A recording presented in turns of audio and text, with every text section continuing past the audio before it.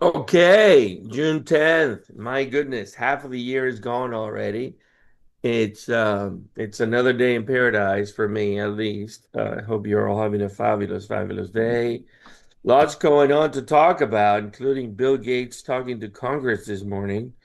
Fascinating stuff with technology and the battle between the MAGA 7 and everybody else. And before we get started with today's program and our great guest, let's have our own John Sibley Butler play some Living music. on the road, my friend, is gonna keep you free and clean. But now you wear your skin like iron. Your voice is hard as kerosene. Weren't your mama's only son, but a favorite one it seemed. She began to cry when you said goodbye and slipped into your dream.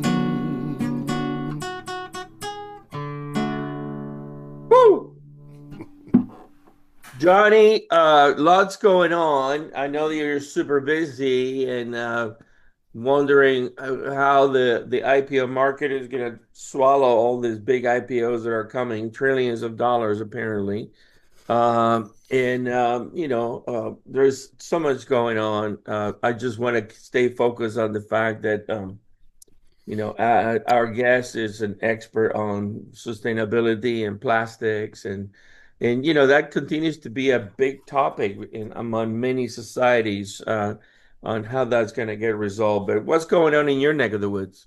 Well, everything is good. It's like you said, the market just responds to what companies do and not politics. It doesn't matter who the president is. It doesn't matter who wins, Democrats, Republicans, and the market just keeps going, responding to what companies do, and some outside things, of course, affect the market. But for the most part, it's been astounding to me how it keeps going up and up, given Mhm. the current conditions. But when you go back and look in history, then you find that it reacts to what companies do and how companies present themselves to the market.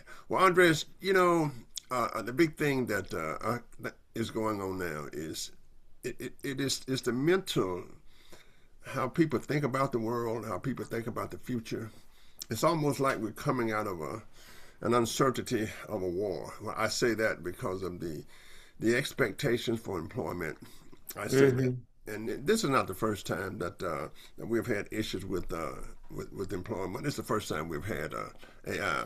But I say that in terms of the employment. I say that in terms of the uncertainties and the political situation. For the first time, I go to the coffee shops. People are talking a lot about politics. In Texas, we generally talk about creating companies and making money rather than politics per se when we go to the coffee shop.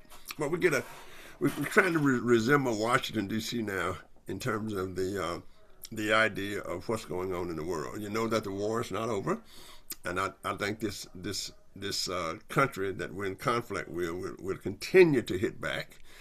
I, I, I don't think they're going to give up at all. I get so many calls here, so I think that That where must we be are an now, LSU ringtone.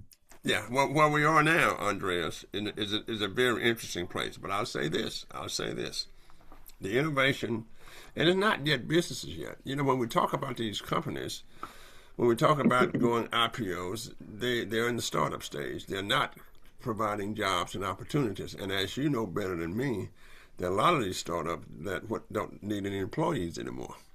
So Hmm. we're at the situation now where I've said on here before, we'll look forward to having $1 billion company with Hmm. no employees. Other thing I've been working on is the grid itself, including people from the Washington D.C. area in terms of what we're doing in the great state of Texas as so many people come to America. And we've been working on the control side. We've had discussions about you just can't continue to provide new facilities per generation. You can save 30% by going to a new controls. Right now, the grid is controlled by the same kind of stuff. Well, with some variation that was done, in 1920s and 30s. It's kind of like trying to drive your sports car, with Model T kind of control. So I've been working real hard on that. As a matter of fact, I have a meeting tomorrow at 4:30 at my club on the grid with some good people. And the other thing I think that's very interesting to me is the whole education and scientific process. You talked about Gates. Well, it wasn't Gates that created the technology for Microsoft. It was a scientist, and he adopted that from the laboratories.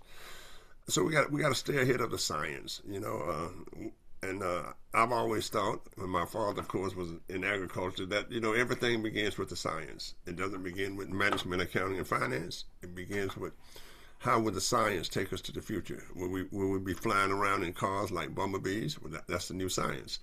How will we eat in the future? What Kellogg's is about the science. And certainly when we talk about technology, we're talking about what the scientists are doing, what's going on in the laboratories. And if you go to China, it's pretty frightening now when you look at the advances of in terms of the movement of people. Let's talk about eating, the movement of people, cities, and those kind of things that's been germane to market societies all along.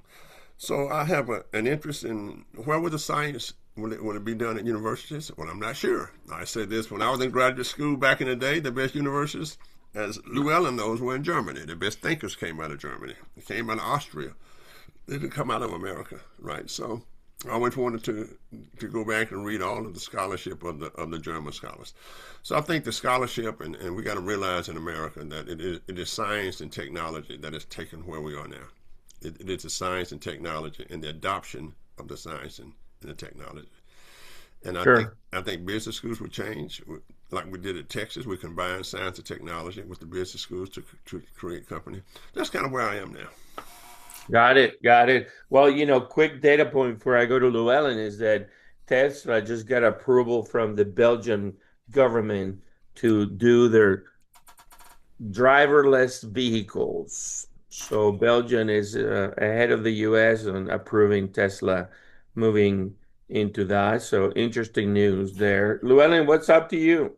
Well, I too have been working on the grid. I was at the uh, very large Washington meeting about the grid run by the Earthshot Foundation, which is the creation of a man called Chase Ware, who also is in his other hats in the power business, including true current and distributed sun. So he knows a little bit about the grid.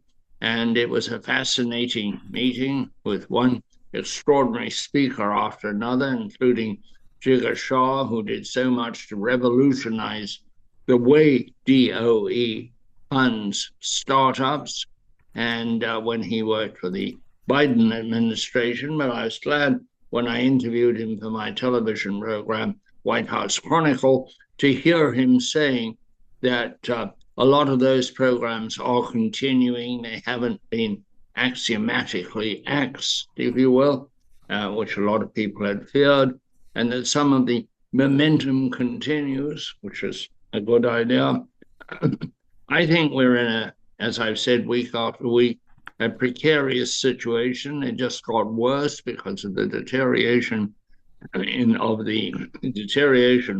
almost disappearance of the negotiations between Iran and the Trump administration. If we're going to go back to hostilities, we're not going to solve anything. One of the interesting things that came out of this meeting, which had nothing to do with nothing to do at all with actually the grid, but it was Ernie Moniz, the former Secretary of Energy and an old friend of mine from way back from the days when he was a lecturer at MIT, and I used to give talks for him. He said that he had a bone to pick with the media, looking at the press table rather determinedly, and that is that we keep saying that 60% enriched uranium is close to weapons grade. He said it's not close. You can make a very effective dirty bomb with 60% enriched uranium, which certainly casts a different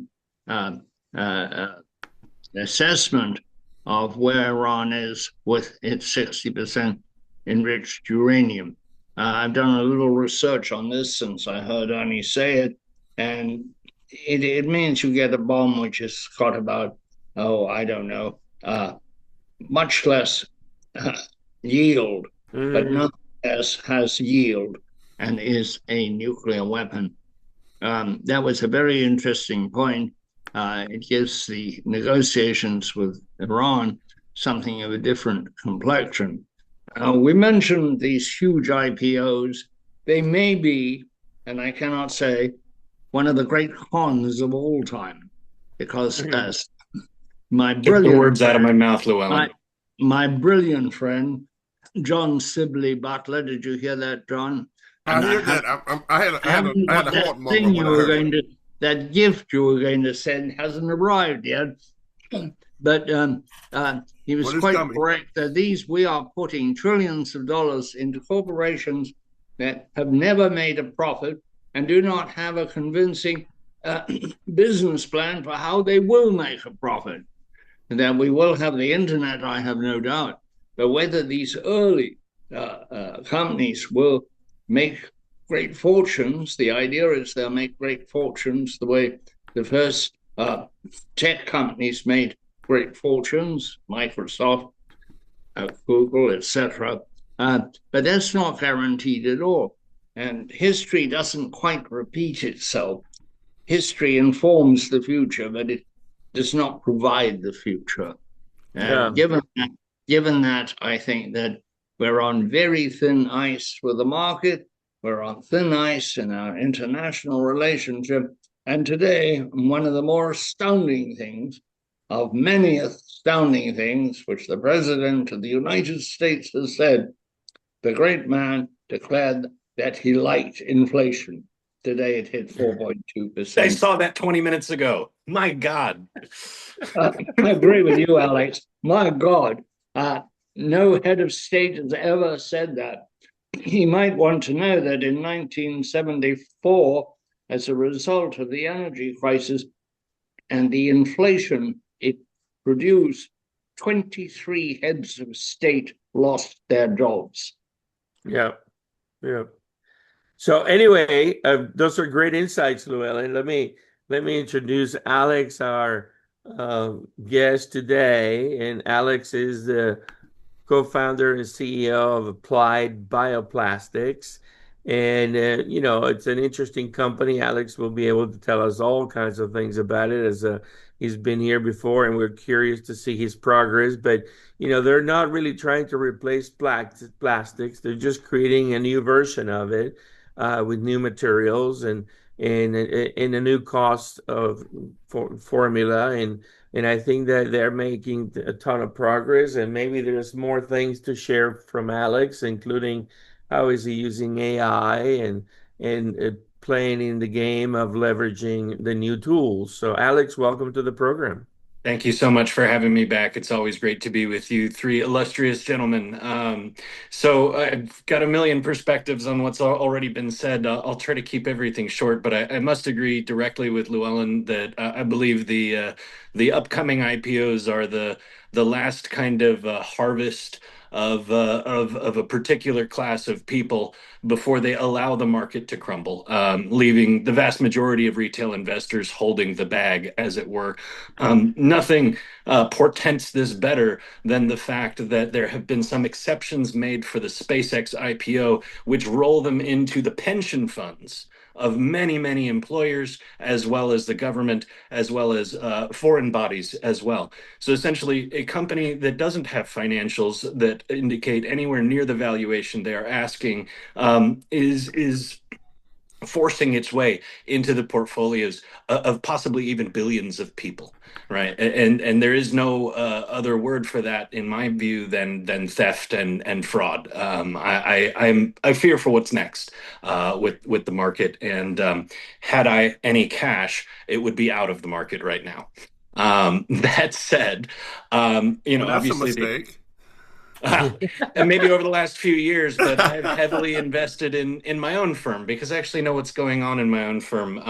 My view on the market is that the market can stay irrational longer than I can stay solvent. Um, Sure. You know, John, I actually used to make a bunch of money back during the first Trump administration. What I would do was I would read Donald Trump's Twitter feed. I would make bets opposing, essentially, if he said something was the truth, I would say, okay, which industries does this affect? I'm going to bet that the opposite happens. In in one summer, in 2.5 months, I made $28,000 out of $3,000. I lost one time. I lost on a Boeing call, but other than that, everything else came up Alex. Um, Anyhow, so happy to give a progress update on the business. Although I wish it was better. We had a seed round going this January, on the strength of a 534% increase in our revenues year over year. Just to kind of remind the audience, if they don't remember my last appearance, Applied Bioplastics is a company that essentially integrates agricultural waste, which is carbon negative, into the process of making plastic, replacing up to 90% of the plastic in our everyday plastics. This can be made and is made only on the standard machines that make plastic today. It is used only in the machines that use plastic today. So there's no supply chain disruption. There's no single sourcing as we drop into any factory that makes plastic.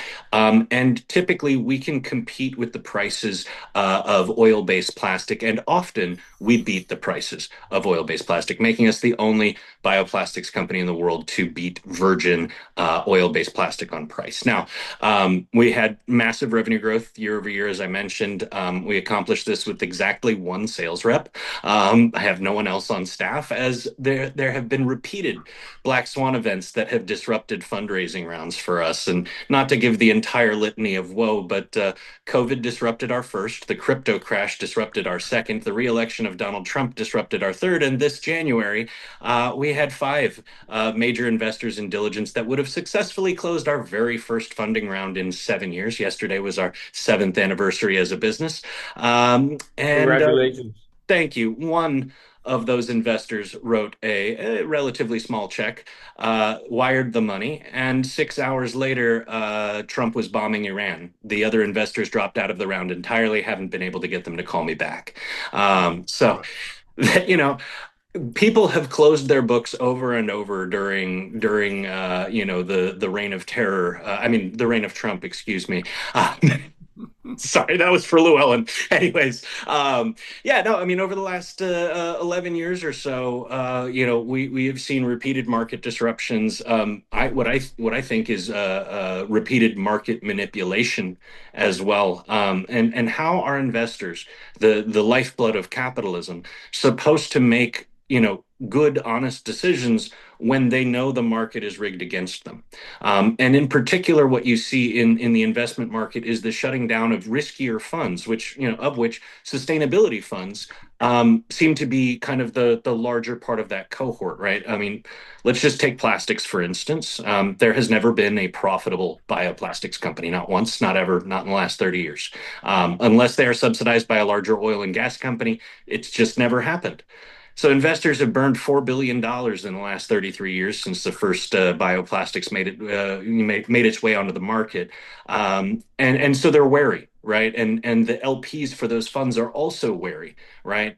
In times of instability like this, why would you put more money into strategies that have proven historically to do poorly? And as Llewellyn said, maybe history doesn't repeat, but it does rhyme.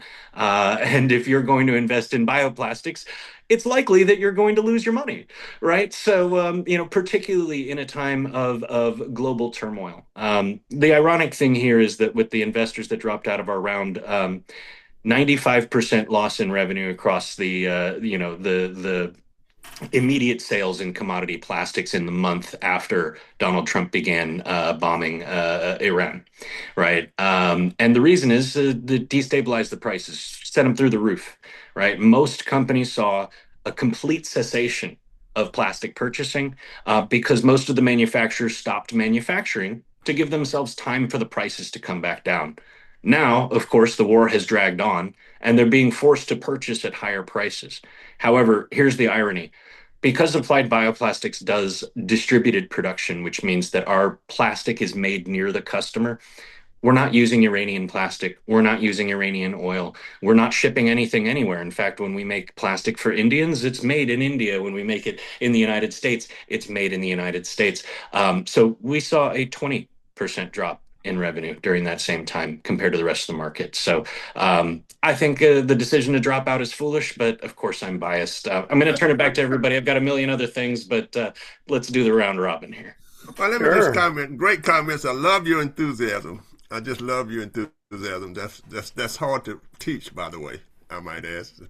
But let's talk about because I raise a lot of money, try to raise a lot of money for a lot of different organizations. Um, I mean, business, a lot of 501Cs, and etc. And I can say this: that the money is right now is in family offices. The VCs are broke, right? But the family offices are not. Okay, Right. and the angel networks is their money. And when I say family offices, I mean billions upon billions upon billions. So I can tell you that right here in Texas, in Houston, there's 20 billion in family offices. I can tell you in Lubbock, in West Texas, there's billions in family offices. We go to the East Coast, family offices. Now the thing about family offices, Alex, is we don't know much about them. Exactly right. I These are don't just have the network or connections. I didn't grow up wealthy, so I don't know any of these people, okay. Well, unfortunately. everybody can't be like me. I mean, but it's okay. It'll be all right. I'm so bad. I am so bad. Llewellyn, that was for you. Anyway, no, seriously, seriously. Let me get serious again. So what's happening now? And the family offices meet when they want to. There's absolutely no scheduling. The only time you can pick them up is maybe when they have they try to get together sometimes, and they invest when they want to invest. So the money now is stuck in families. Before, can you imagine? Let us say when the Rockefellers decided to give all their money away, and the Fords in New York, when they did Rockefeller Center and Ford Foundation and etc. And of I course, miss last century's rich people building libraries, universities, and that's what they and did. I mean, yeah, look at Dale. Dale just gave the University of Texas $1 billion for the new medical center that we're doing yeah. up here by the house. I might add. There's a But couple good ones left. Yeah. but I would say this to you in terms of raising money: go to the family offices. Go to the family's offices, and they're here. But you're exactly right. When the war came, pocketbooks shut down. They closed it. They shut down. Right. Yeah. We have tons of people that's waiting for investments, and most of them are at family offices. So I like that. Now, my next question to you is when you look at your applied bioplastics. Do you know a company in Monroe, Louisiana that does a lot of plastic stuff for shipping and etc.? We have a couple partners down in Louisiana. I'm wondering which one you're referring to. Well, I don't want to call the name, but I know that they Shoot me do. an email. We'll talk about it I sent you an offline. email. There you Great go. friend of mine, good LSU boys, and they've done extremely well. So how do you see? My big question is this: what's the replacement cost? If I'm doing regular Nothing. price, what's the replacement cost? Nothing. Yeah, so let me explain our business model. And it's Okay. funny, I'm not gonna name a name here because No, no, I no, don't no have her names, no consent. names. I don't have her consent, but I was told by a fellow founder the other day that I would, she was surprised that I was struggling to fundraise. And she said, "But you're famous." And I was just like, "What do you mean?" And she said, "Well, in 2020, I read an article you wrote about how to do the model that you're proposing, and we built our company on the basis of that. And we've raised millions." And I was just like, "Well, it's probably my timing, but I don't know." Either way, the point is, we went into this, and to the point that you made about science, right? Science leaders are not necessarily great business Understood. leaders, Right. right?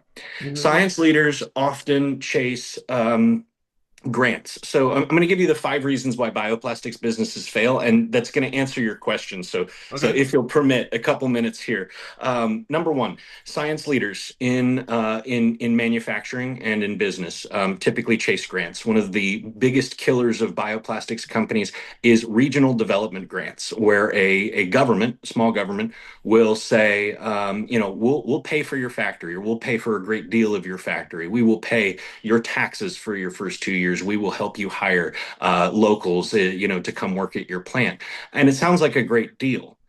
But when you build that factory, you have disqualified yourself from selling to any of the largest corporations.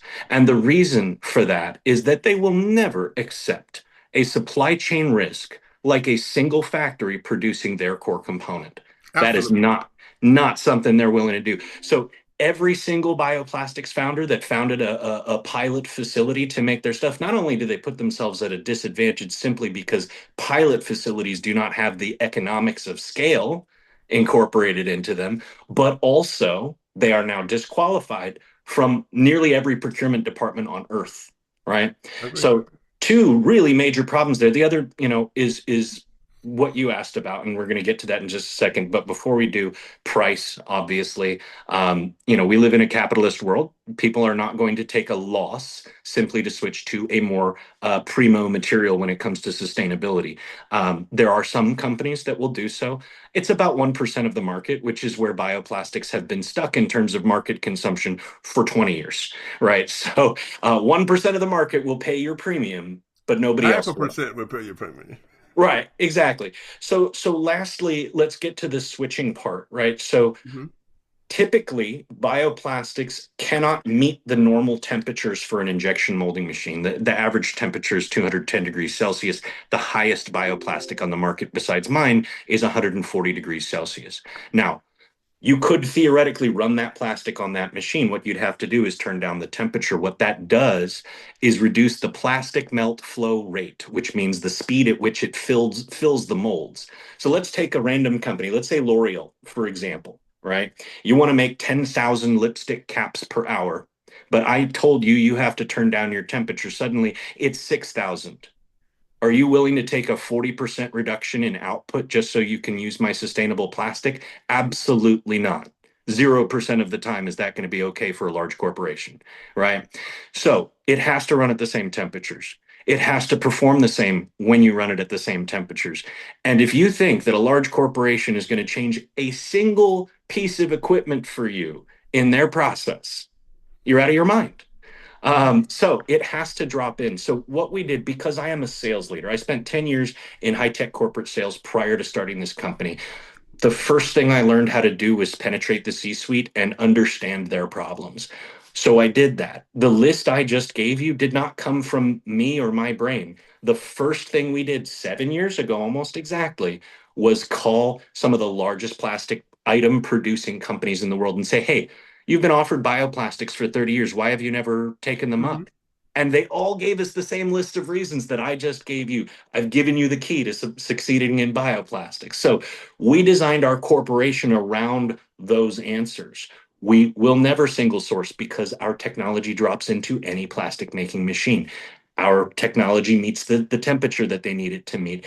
Our technology can be used with no edits to their machine in their normal process, right? So zero switching cost has been the banner we have been waving this entire time simply because adoption is the biggest problem in bioplastics. Mm-hmm. Adoption is a huge problem in any technology. But for this one, which has tried fruitlessly for 3 decades, you have to come at it from the adoption side. You have to come at it from how are people going to buy?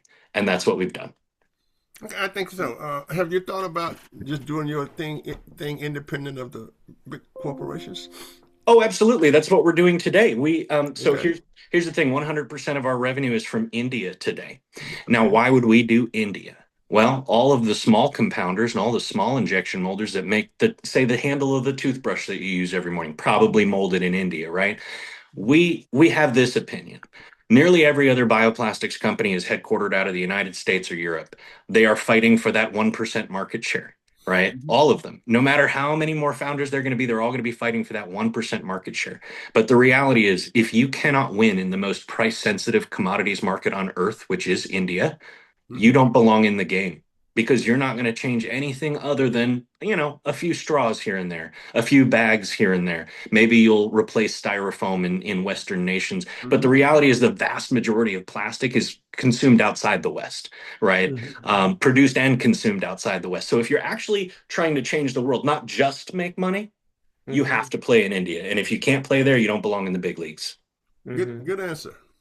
Now, Alex, a quick follow-up on that before we jump to Llewellyn's questions. How do you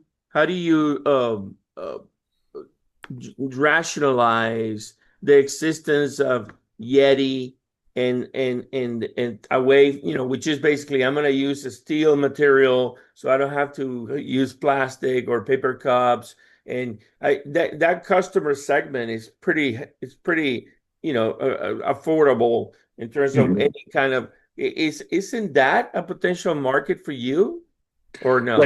Like coolers. Yeah. Or So or or or or that customer type, right? That customer type can buy a cup for $50 and is going to use it forever versus using plastic cups or paper cups. So right. wouldn't they be willing to pay that premium as an end customer? I don't think they want plastic, right? I think, I own a metal water bottle and I would never switch it for plastic. I dropped it off of my truck the other day. Mhm. I think I left it on top of the truck and I backed out of the driveway and it took like a good 8 foot fall onto the ground.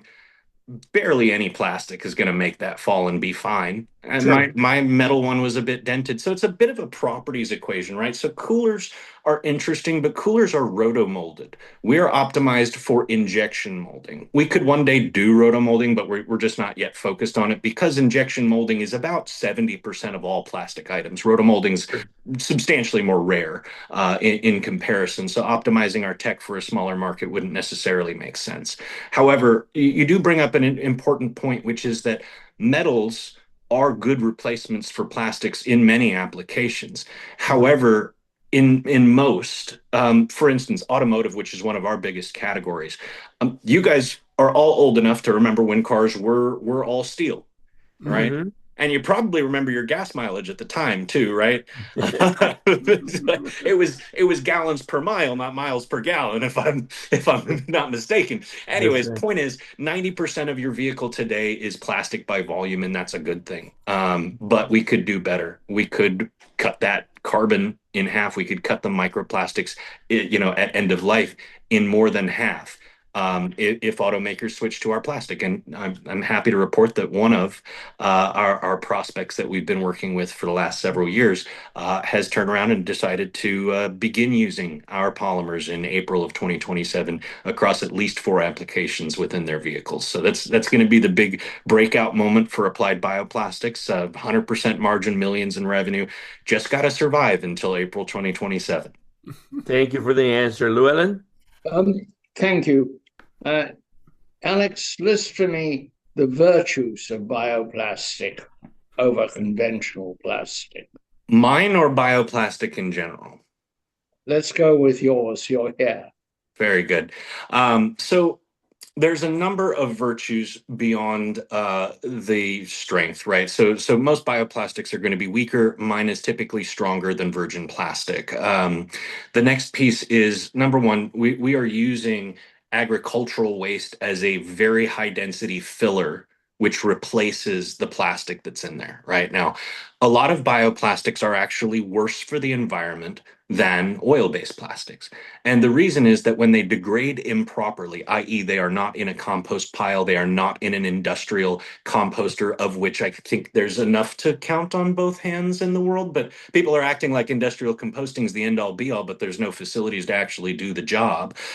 Regardless, so when that does degrade outside of its intended destination, it releases methane, which is 18 times more damaging to the environment than carbon is. So you might as well just use virgin plastic at that point. In contrast, our plastics use basically unadulterated agricultural waste. We grind it and we dry it, but we do nothing else to it. We do not transform it in a reactor like many other bioplastics. We say cellulose, as it stands, is a very useful material. I mean, my God, human society was built out of cellulose for thousands of years. It's wood, right? And wood is hard. And wood is hard because cellulose makes connections with itself. What we've done is exploit that science within our tech, spreading the cellulose molecules so that they're just barely touching, which creates the reinforcement, which creates the strength. Um, Mhm. Also, however, cellulose is carbon negative. Plants, trees, ag waste is carbon negative. So we can replace something that's highly carbon positive, plastic, with something that is carbon negative, ag waste, right? the next piece is we have to there needs to be some plastic properties. I can't just sell you a brick of cellulose and say, hey, it's plastic, right? So there is plastic in there, but it's a much lower percentage. We have already built and shipped a bioplastic where we're using somebody else's bioplastic as the basis and then filling it with much less expensive temperature resistant cellulose. So for the first time in the world, we've created a fully bio-based plastic that competes not only with itself on price, but with virgin plastics on price as well. Lastly, we do offer many of our composites offer both the ag waste and recycled plastic as a basis, which means the entire plastic there is carbon zero. If you're using waste plus waste, where's the carbon emissions, right? The electricity used to compound those two materials together is negligible, and the result is the world's lowest carbon plastic while also beating normal plastic on price. Lastly, there is the idea of application. Like we've spent this, a lot of time talking about adoption, but if it doesn't work right off the bat, the vast majority of the plastic industry is going to turn up its nose. That is the problem. That's been the problem. Our stuff just works. In fact, the phone, I'm in a hotel. I'm at the Architecture and Interior Design Conference in San Diego right now, which is why I don't have my normal background. But my phone is resting on two pieces of this material right now. And it is indistinguishable, right? For these designers, for these architects, for injection molders, it just works. It has been working for years. It works just like plastic. And I think last of all, people are enjoying the natural look and feel, right? You can see the cellulose in there. You can see the sustainability in the plastic. And what we found, we're about to produce a white paper based on one of our largest customers. What we found is that customers who care about sustainability, not so much that they're willing to pay more, but they do care, Mm-hmm. choose the sustainable looking plastic over other plastics as well. Mm. And that's benefiting our customers. Alex, real quick. Sorry, Llewellyn. The plastic is, how do you sell it? Is it in pellets? Is it a cube? Is it a roll? Is it a? Yeah, so it's pellets, but it's also conceptual, right? What we provide to our customers, who are the compounders, the people who make plastic pellets, right, is our processing guide and our core chemical formula, as well as do quality assurance on both the fiber inputs as well as the plastic inputs. So basically, instead of running their normal formulation, they just put our ingredients in, and plastic comes out the other side. It does come in pellets. It then goes to injection molders. In other cases, we will pay the compounder as a toll compounder, essentially, to make pellets for us, which we then directly sell to customers. So a couple different ways for us to make money there. How do you collect the waste? That sounds to me like an expensive proposition because farms are not concentrated, they're spread out. Certainly not in the traditional sense. However, we've partnered with a number of larger companies. I don't have the permission to say names, but there's many firms that produce a great deal of agricultural waste. Think of industrial farms. Think of beer makers with barley straw. Think of furniture makers, sawdust, right? Coffee makers, coffee beans. Rice makers, rice husk. Don't forget corn starch. Yeah, no, we've used corn stover That's the rather than biggest one, starch. probably. Yeah. Corn stover is big in the U.S. Flax is big in Europe. Jute is big in South Asia. Cork bamboo. And on top of that, there's a ton of invasive species. In fact, I've been trying to get the state of Texas to give me a grant to go clean up the carrizo cane on the southern border, which is invading farmers' fields and lowering production in southern Texas. We can use that as an input. So, we're also talking with a couple African nations with regard to removing their water hyacinth, which is an invasive species that deoxygenates the lakes, which are really the only lifeline for most wildlife and human life in those areas. So it is centralized in that, Llewellyn, we could drive a truck down the banks of the Rio Grande and just start pulling weeds and use that. Or we can go directly to a source like a major corporation that produces food or food type objects, or even furniture, and just simply say, hey, this is a cost center for you that you have to dispose of this waste. It's also an environmental concern if you do something stupid like burn it. Let us pay you a little bit for it, maybe 5, 7 cents a pound, and we'll take it off your hands for you. Super easy. Hmm. Hmm. What is the life of your plastic? Does it degrade at some point? Does the cellulose begin to break down? Yes, it does, and it's about 10 times faster than normal plastic. Now, that sounds bad, right? I mean, you don't want to spill a Coca-Cola on the inside of your vehicle and then have your dashboard melt away, right? However, the half-life of normal plastic is 2,500 years. I hope your car's still working in 250 years, but I don't think the designers of your vehicle ever intended it to last that long, right? So it will break down much faster, and I'd love to explain the mechanism there.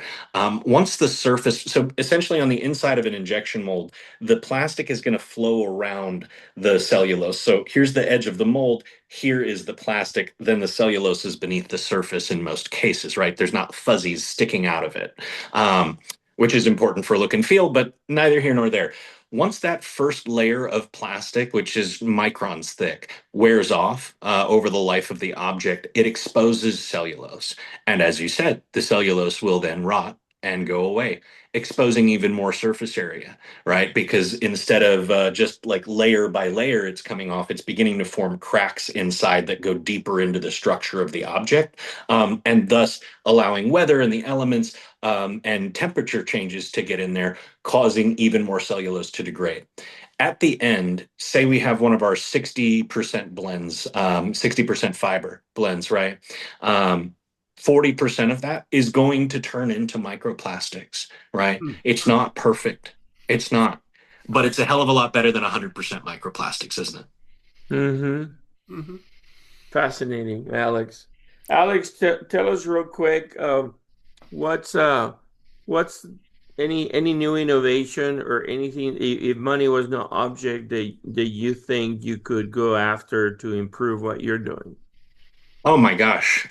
Absolutely. There's a number of things that we're working on today, resource free. One of them is that we have transformed what was once and still is our refugee housing material made out of woven agricultural waste, thermoplastic, and our bonding chemical, which we've deployed in places around Bangladesh, and are actually producing a project that will come out soon in multiple ways.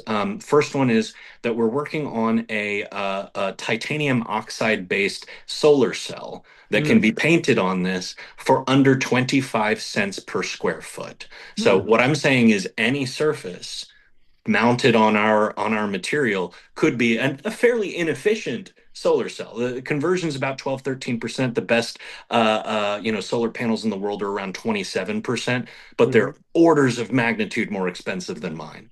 Right. So super cheap solar for remote areas is one of the things that we're working on. Another thing that we're working on is reinforcing our materials using polyurethane to clad civilian buildings in Eastern Europe for two purposes. One of them is to reduce the energy consumption of those buildings as a retrofit rather than having to build the entire building from scratch. The second piece is the terrorist Russians are sending, attack drones into the rear lines, attacking civilians, causing terror. If we can clad up the buildings in Europe, we've already proven in laboratory testing that this stuff will stop or at least substantially slow bullets, explosives, shrapnel. And, we're in detailed talks with multiple governments in Europe today, working on that as well. What I'd like to see in the future is and I'm not going to use, I won't use the cursed word, a machine learning system that would enable us to input 30 years of experimental data that we acquired when we acquired this technology, as well as our 7 years of practical data, and extrapolate new chemical formulations. Because there's no one formula for plastic, right? We have over 80 formulas today that do 80 different jobs. And so I'd love to have more of those so that we can address a larger segment of the market. Now, you did ask, Andre, so I'm just going to come back to this because my memory is good today. mhm, Um, which is, how are we using AI today? Um, Making pitch decks. I'm going to throw a shout out for grep out there. If you don't know grep AI, check it out. They spin up additional agents when you give it a complex task. So I can say, research this investor, use all of your background knowledge about my company, give me a tight 3 minutes on what they care about, as well as modify my main deck to speak directly to their interests. And it can do all of those tasks with one prompt. So it makes Hmm. me, as a fundraiser, substantially more efficient at getting the constant no's that I get every single day. Um, yeah. Now But that's an hypothesis, by the way. That's not a true element. That's an hypothesis. yeah, yeah. When the money Now, comes in, call me. I will, or maybe I'll call you beforehand. You can help the money come in. But Yeah, that's regardless, right. so I want to react a little bit to the AI reaction here, which is that I was in sales, corporate sales, for about a decade before starting this business, and I believe in relationships. And as a CEO, I am bombarded daily with these AI reach outs, hyphens everywhere, not this, but that type of phrasing. I mean, God, half of the newsletters that I am sent that I actually intentionally subscribe to at some point have been replaced with AI writers, right? Absolutely. So there's nothing unique out there. And what I think is the most humorous about this is that you have these very large tech companies firing people who used to be just like me, technological salespeople, because they've been sold this idea that the technology can just sell itself. Well, no, it can't. CROs are slapping CTOs up the side of the head all across the country over the last few weeks saying, what happened to my salespeople? You, our revenue is going to zero because you put these agentic AI things in front of as gatekeepers to actually talk to our solutions engineers. People don't want to talk to a robot, they want to talk to a person. Right. And that's not me being a Luddite. Like I said, I have adopted, I've tested multiple AIs for my purposes within applied bioplastics and my purposes outside of it. I think it's a very useful personal tool. But as a corporate tool, these corporate tools promoting it to us, we should be skeptical of all of them. As a matter Hmm. of fact, Alex, I just saw the first major. I saw Chase do a commercial. Rehire. They've switched their banks Mm. to Yeah. look like Starbucks. It's Yeah. and they're pushing the fact that you would talk to somebody. So you go into a Chase bank now instead of the traditional bank. Well, it looks like Starbucks. It really Yeah. does. They're People copying behind the camera. Capital One. Capital One started that 6 years ago. Yeah, well, Yep. and Apple started it too. You know, when Apple came back to stores, when everybody was on the internet, Apple Yeah. Apple went back to stores, and they had people lining up. That's And right. the So thing is, you get all these keynote speakers at colleges telling people that AI is the future, that you better get used to it or you're going to get left behind. I mean, the reality is the people of the world do have a say in the matter. You can't force this stuff down our throats, and if people choose not to adopt, well, then your $1 trillion valuation goes up in smoke. And frankly, that's what I expect to happen. I have a you really couple th- of questions that I'd like to put you, Alex. Sure. More suggestions than questions. One of which is when you have a new product, the tendency is to want to sell it into the old market rather than creating a product unique to it and to find a whole new use for it and bypass the old world. I wonder whether you aren't able to do that with housing, third world housing, maybe um, uh, plastic houses could get more sophisticated and therefore more first world acceptable. The other one, I was working with an entrepreneur with a particular kind of windmill, and he had beaten his initial funding problems, and he had them by using one of the crowd share systems. I don't know if it was Kickstarter or Yep. something like that, GoFundMe, and managed to raise quite a large sum of money in terms of, I think, around $7 million, which was Yeah. enough to get him over the hump. And I We thought that did try that. very interesting. Yeah, we tried that in 2022. And remember, I said the crypto crash disrupted one of our rounds. Unfortunately, our crowdfunding raise was tentpoled by a crypto fund. And right before everyone was supposed to deposit their money, we were oversubscribed. It was going to be a great round. A bunch of crypto went to zero. There was that big crypto crash. The fund that had committed over half of the capital for our round evaporated. It does not exist anymore. And as a result, all the other investors panicked and pulled their money out. So we spent $30,000. That's the problem with crowdfunding, by the way. It's very expensive to advertise it in the first place. We spent $30,000, ended up bringing in about $20,000. So I'm a little traumatized from that still. It's a good idea, but my ass is still chapped about that last one. And then as far as the housing, I totally agree with you. In fact, over the last 7 years, we have deployed 8 different types of building, each more sophisticated than the last. And, as I mentioned, we're working on that solar cell technology as well as a brick made from cellulose as well. So we're working towards Western acceptance for our houses. And actually, my co-founder is currently in the EU having those initial discussions over there as well. So great ideas, great minds think alike, I think. Hmm. So, Alex, let me ask you this time. You're raising money in a very interesting time. I think it's the worst time in years to raise money. That's my That's what opinion. everybody tells me. Yeah. But you still have to keep going. How do you when you wake up? How do you think about the strategy? Certainly, the networking is still there. No matter what, Yeah. networking is still the key. Going to meetings is going to key, right? Uh, do you attend many VC meetings now? Do you go to when they have I, conferences? Do you read the VC publications like I do religiously? I do. And unfortunately, over 91% of all new investment dollars over the last year went into AI. So Hmm. every other industry is fighting for 9% of the global deployable funds. That's an extremely competitive environment. And as I've mentioned, the history of bioplastics is pretty poor. Right. So when you're talking about 9% allocation, why would even a single drop of that go into an industry that has failed over and over and over and over? But let me tell you something about, how I think about the strategy, and this may seem incongruous, but I will say that my highest value as a person, the thing that I like to see most in other people, is persistence. I think Hmm. that you cannot achieve anything that you want without persistence. One of my favorite quotes from history is the great general Hannibal out of Carthage. He walked his army with 4,000 war elephants to the foot of the Alps, intending on invading Rome. And his lieutenants asked him, "How are you planning on doing, that?"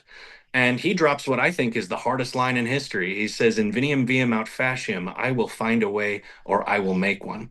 And not only did he defeated an ambush in the Alps and then went on to defeat 3 Roman armies with no reinforcement, and then went home. Uh, Alex, that's nothing compared to getting those covered wagons to Utah. Right, exactly. So where I'm going with this, guys, is about 6 months after starting my business, I fell ill, and when I say fell, I mean I fell right on my face. My hip had destroyed itself. I had to have an emergency hip replacement in 2020. 2 years later, I needed a second one.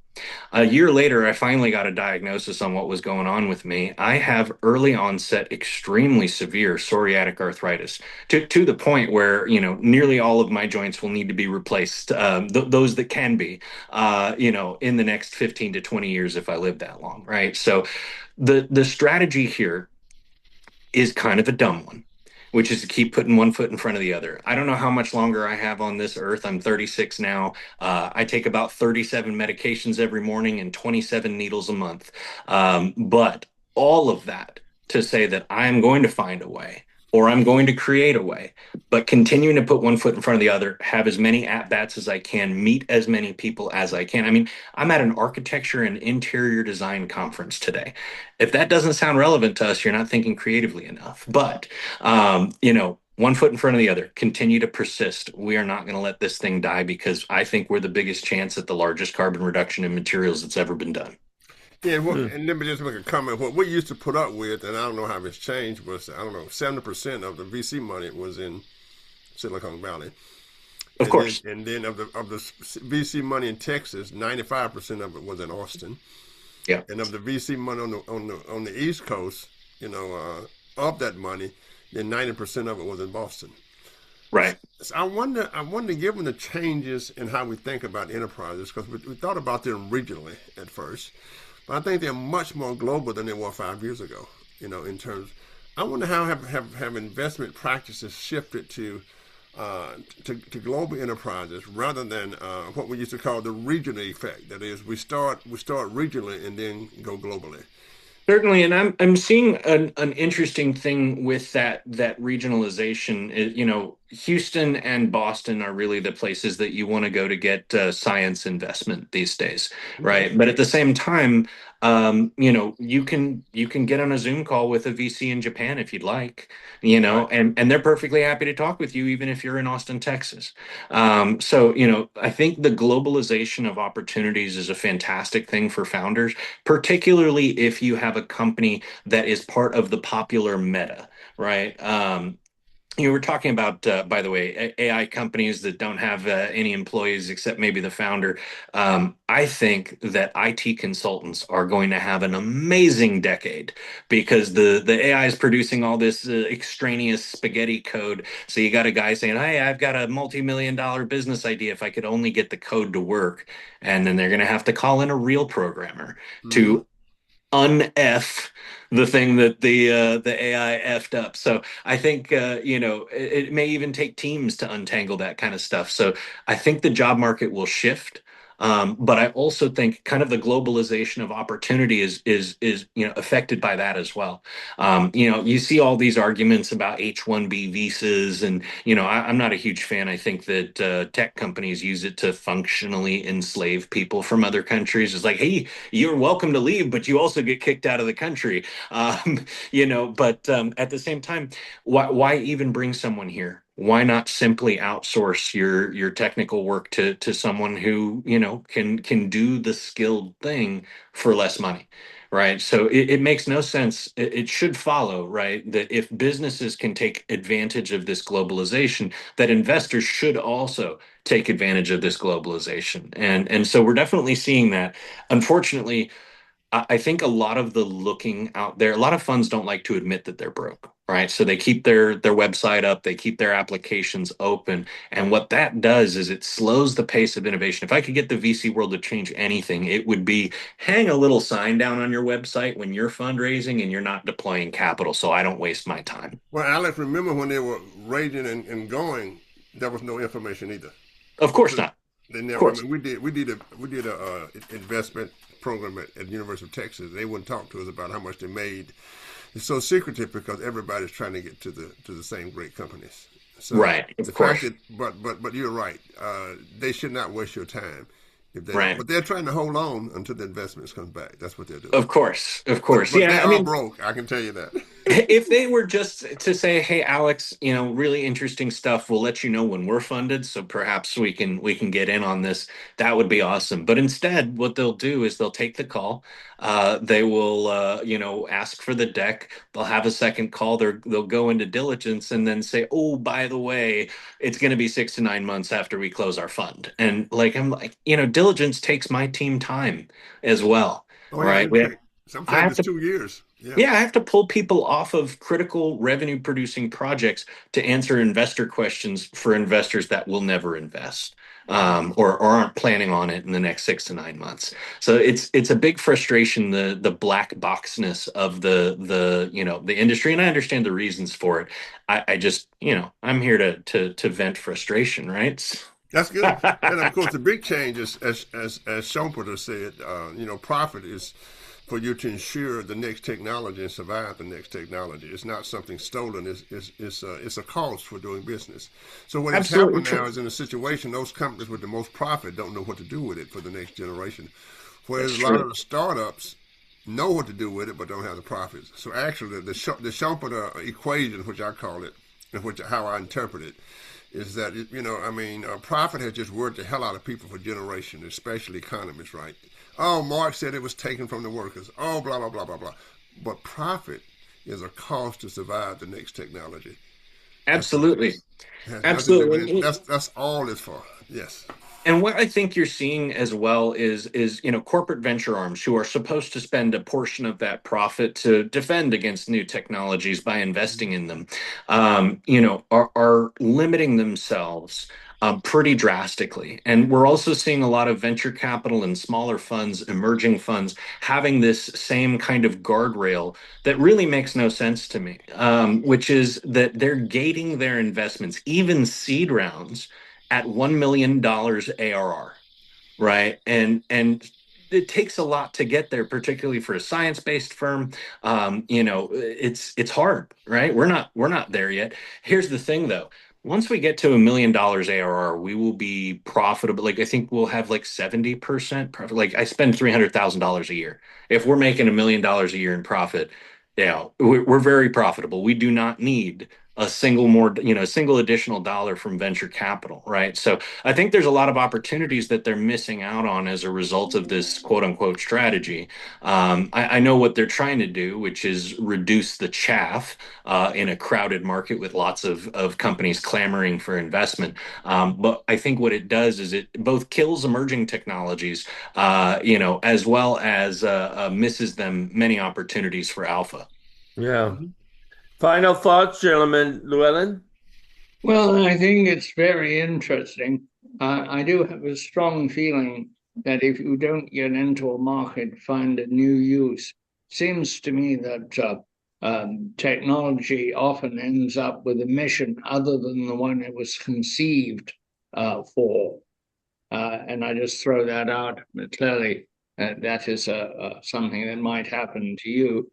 I also think that the more people know about bioplastics, the easier your role will be. And you've got a large public education challenge there.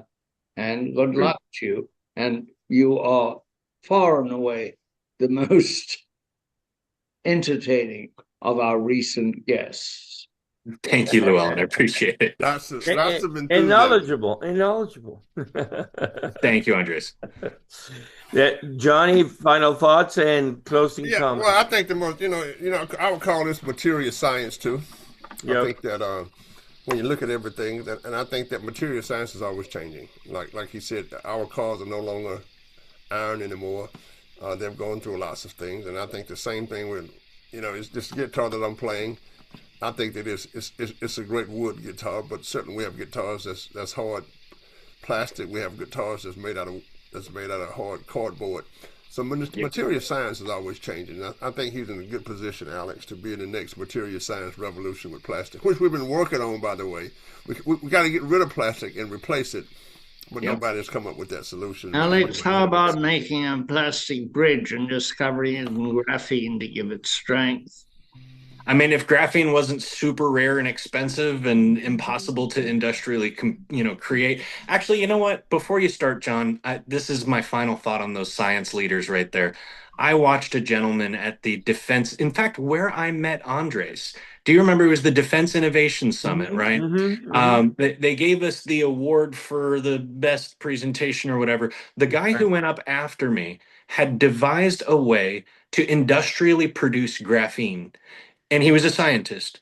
And this is one of the most important breakthroughs, if true. This is one of the most important breakthroughs in battery technology, all that. This guy, after 2 minutes, had the entire room asleep. That's one of the biggest problems with science leaders. You With the guys have exception said, of Elon. Elon is a scientist and a is businessman. he a scientist, though? I don't. What is his scientific education? Anyways, neither here nor there. The point is, presenters are important to get ideas across, Yes. and science leaders are bad at that. Yes. And I really hope that graphene guy succeeds. I really do. Anyways, on to you, John. Thank you, Alex. We'll have you soon again. Johnny, take us away. Now it's a lesson too late for the learning, made of sand,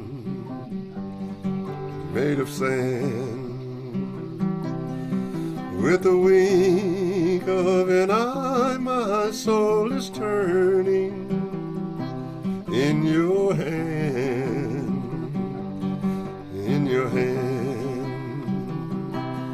Are you going away with no word word of farewell, will there be not a trace left behind? Well, I could have loved you better, didn't mean to be unkind.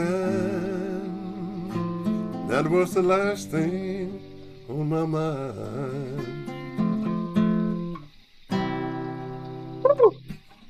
Thank you, guys. Okay, take care now. Hook 'em. Take care, everyone. Thank you. Let's go to Omaha and win it all, baby. Yes, sir. Take care.